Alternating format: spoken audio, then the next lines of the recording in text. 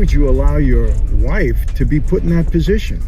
I would never put my wife in that position, not for social media, not for money, not for anything. The person has really plateaued and sort of reached their peak. I think a lot of influencers in the US are actually on a journey of self-discovery. Let's be honest.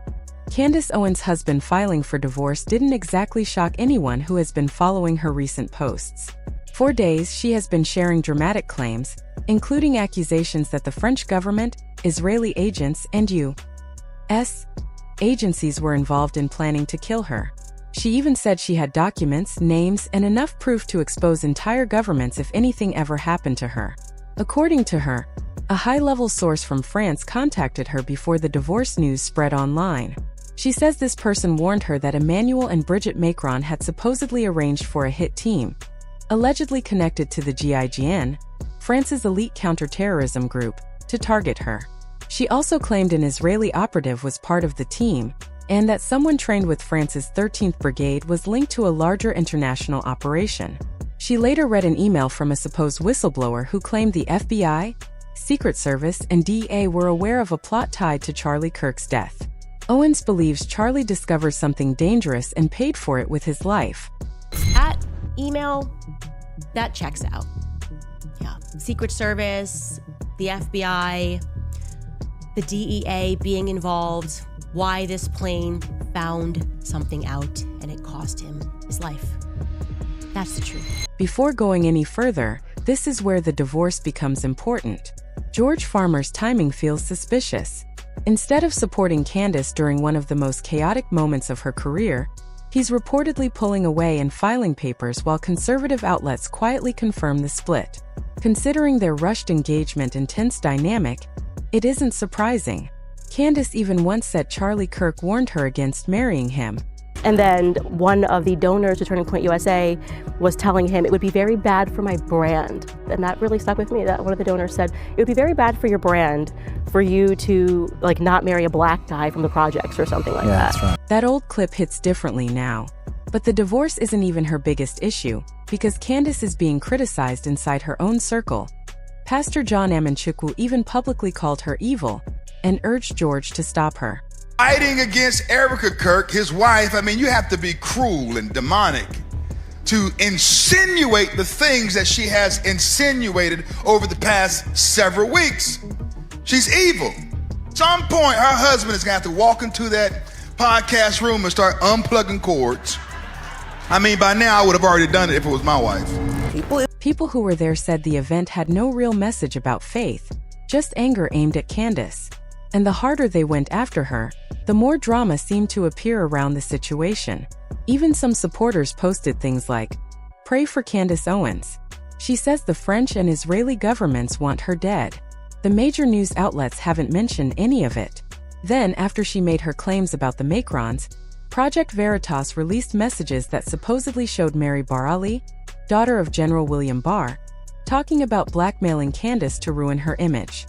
Her team says the texts are fake, but no one named has filed a lawsuit. As the internet reacted, Candace pushed the issue even further, saying that if anything happened to her, people should blame the Zionists. Anything happens to me, blame the Zionists. 1000% blame the Zionists. Candace said, "If anything happens to me, blame the Zionists," repeating the point strongly. When you step back, she's claiming everything at once, emails from a whistleblower naming U.S. officials, accusations involving France and Israel, leaked threats tied to the DOJ, a pastor calling her demonic, and her husband leaving. She even mentioned Kanye, saying he gave her messages to release if something ever happened to him. I think it's important to share that information, as Kanye sent me all of the messages, people who were threatening him, I have them all, to information share with Max Blumenthal, with people, people all over the place. When someone like Kanye, who believes the industry targets him, trusts you to hold his evidence, it shows the kind of world Candace says she's dealing with. At the same time her lawsuit surfaced, she reignited her dispute with Brigitte Macron. After the French First Lady sued her, Candace replied by repeating her own claim that Macron was born a man, and said she would face her in court. You were born a man and you will die a man. That's the point I'm making. So give us a sample. I'll send my doctors to take your blood. Figure it out real quick. I will see you in court. Picture the situation. Candace accused Bridget Macron of being transgender, Bridget sued, and Candace pushed back even harder. Then Candace said a French insider warned her that the Macrons had approved a plan to kill her. Soon after, her husband filed for divorce, a pastor publicly called her demonic, and leaked messages with supposed DOJ ties appeared online. She also claimed Israel wanted her harmed, and brought up what she believes happened to Charlie Kirk. None of this feels like normal political drama to her, it feels organized. Candace keeps returning to one point. She thinks the same people she claims are targeting her also played a role in what she describes as Charlie Kirk's execution. She refuses to let that idea go. And that leads to a question many people are whispering. Did her marriage fall apart because George realized what she was wrapped up in, or because he already knew more than he admitted?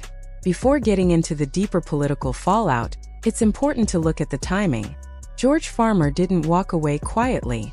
He comes from a wealthy British family, is connected to elite conservative circles, and has always had a relationship with Candace that felt unusually strategic. Their quick 17-day engagement and George's past comments about her power are being rewatched now with very different eyes. Now, we met, we shook hands, and I just knew, when I met her, I was like, this is a woman who, she just commanded a power. Nothing romantic was said. Between that day and the day that we got engaged, nothing romantic was said at all. There was no overture. According to George, their relationship never developed in a normal way. He once said they never really dated, never had a typical romantic beginning, and that their connection felt more like a mission than a marriage. Many people now describe the way he spoke about her as recruitment energy, almost like their union was designed for influence rather than partnership. And when a relationship starts with that kind of pressure, it usually can't survive major political chaos. So when news leaked that George had filed for divorce, people immediately began connecting the events surrounding Candace. If he truly believed she was in danger or emotionally overwhelmed, many think he would try to protect her. Instead, he has stepped back, grown distant, and allowed conservative figures to quietly separate themselves from her. That suggests the issue may not be about her claims alone, it may be about what those claims could expose. Once Candace began naming governments, intelligence groups, and political leaders, donors reportedly became nervous. These weren't small accusations, they involved powerful people. And George's world depends on long-standing political networks. He knows which boundaries can't be crossed, and Candace has been crossing them publicly. Sources in D.C. say people around him were uncomfortable with her direction months before any assassination rumors or leaked messages surfaced. The split didn't happen overnight, it had been building. Others close to them have said Candace stopped including George in important decisions. She began working independently, making choices without discussing them with him, and sometimes keeping certain information from him for his protection, according to her. So when he decided to file for divorce at the exact moment she was facing pressure from every angle, many believe he may have been trying to protect his own reputation before things escalated. But the collapse of their marriage is only one part of what's happening. The conservative movement that once supported Candace has slowly started to distance itself. She used to be a major voice at events, someone invited everywhere, reposted by top figures, and defended by big donors. Over the past few years, those connections faded. She and Charlie Kirk seemed less aligned, and after his passing, her careful, restrained comments made some people feel she was holding back. When a pastor publicly called her evil at a Turning Point USA event and no one defended her, not even leadership, that silence felt intentional. Soon after, creators who once praised her started labeling her unpredictable or extreme. This is how political circles push someone out, slowly, quietly, and in unison. Even independent journalists felt the tension. Candace claimed that a reporter named Xavier Besussard was also in danger, and after she mentioned his name, posts about him seemed to disappear from trending pages. Videos that discussed him didn't spread the way they normally would. To many, it all looked coordinated. And while all of this was happening, Candace doubled down on some of her most controversial comments. Before any of the assassination talk or divorce news, she made a statement that deeply divided her audience. She said, "Judaism is a faith. Israel is a state. And what Netanyahu has done since October 7th is a Holocaust. That comment alone created major backlash, and everything that followed only intensified it. Candace now feels cornered, and she's responding louder and with more defiance, because at this point, she believes she has nothing left to lose. Judaism is a faith. Israel is a state, and it is not above critique. And that what Bibi Netanyahu has done to the Palestinians since October 7th is a Holocaust. This was the moment that shifted everything. Anyone who watches conservative media knows that the topic of Israel is treated like a spark that can start a fire instantly. Influencers talk about many controversial issues, but this one is handled with extreme caution. One wrong sentence and the entire community can turn on you without hesitation. That is exactly what happened to her. Within only a few hours of her video spreading online, big creators started calling her anti-Israel, dangerous, and irresponsible. Some claim she was spreading ideas that could put the country at risk. These weren't small complaints. These were the kinds of accusations people use when they want someone removed from political discussions altogether. And with how fast the outrage grew, she was already on unstable ground.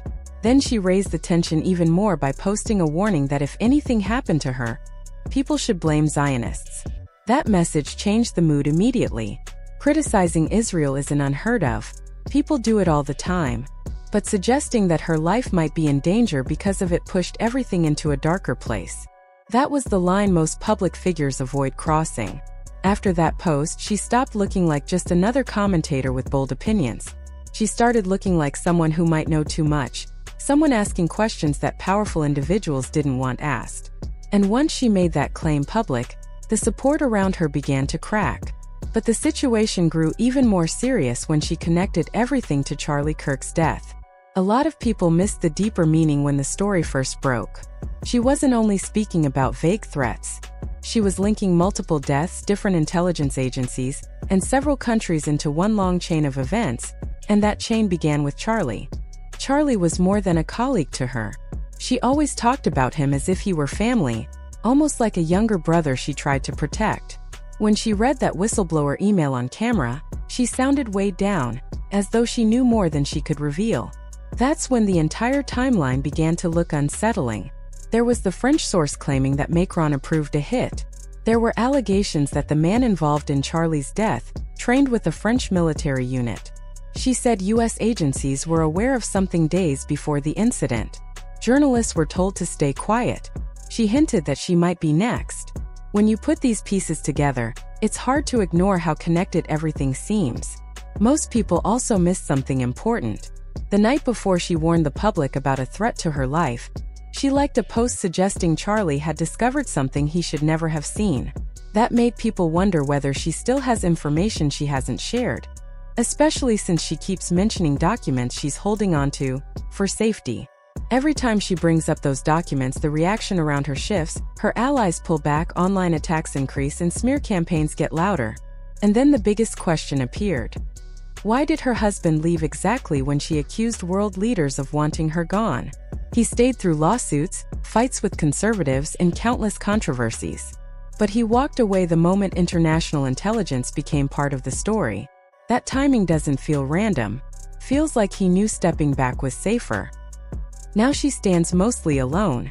Her husband is gone. Influencers distanced themselves. Pastors rebuked her.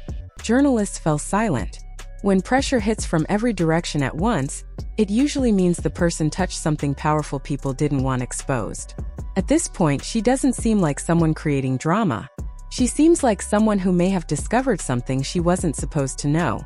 And if that's the case, George leaving might not be betrayal. It might be self-protection.